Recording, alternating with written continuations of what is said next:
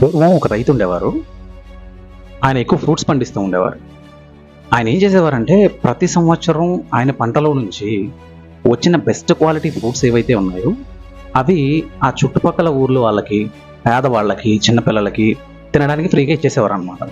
అలా ఇచ్చిన తర్వాత మిగతా పంటని మార్కెట్కి తీసుకెళ్ళి అమ్మేవారు. ఇలా కొన్ని సంవత్సరాలు గడిచింది.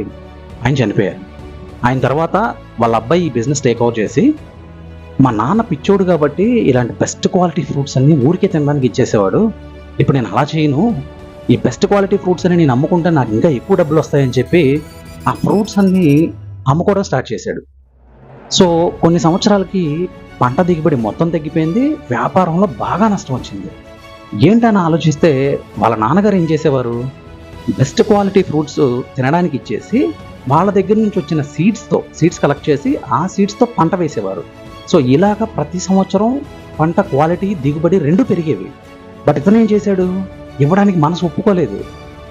దీన్ని బట్టి మనం నేర్చుకోవాల్సిన విషయం ఏంటి అంటే, ఎప్పుడైతే నువ్వు ఒక మనిషికి పెట్టడానికి మనస్ఫూర్తిగా ముందుకొచ్చి వాళ్ళకి సాయం చేస్తావో అప్పుడు దేవుడు కూడా నీకు దానికి తిరిగి రెండింతలు ఇస్తాడు. ఎప్పుడైతే నేను నాది అన్న స్వార్థంతో నువ్వు ఆలోచిస్తావో నువ్వు అక్కడితో ఆగిపోతావు.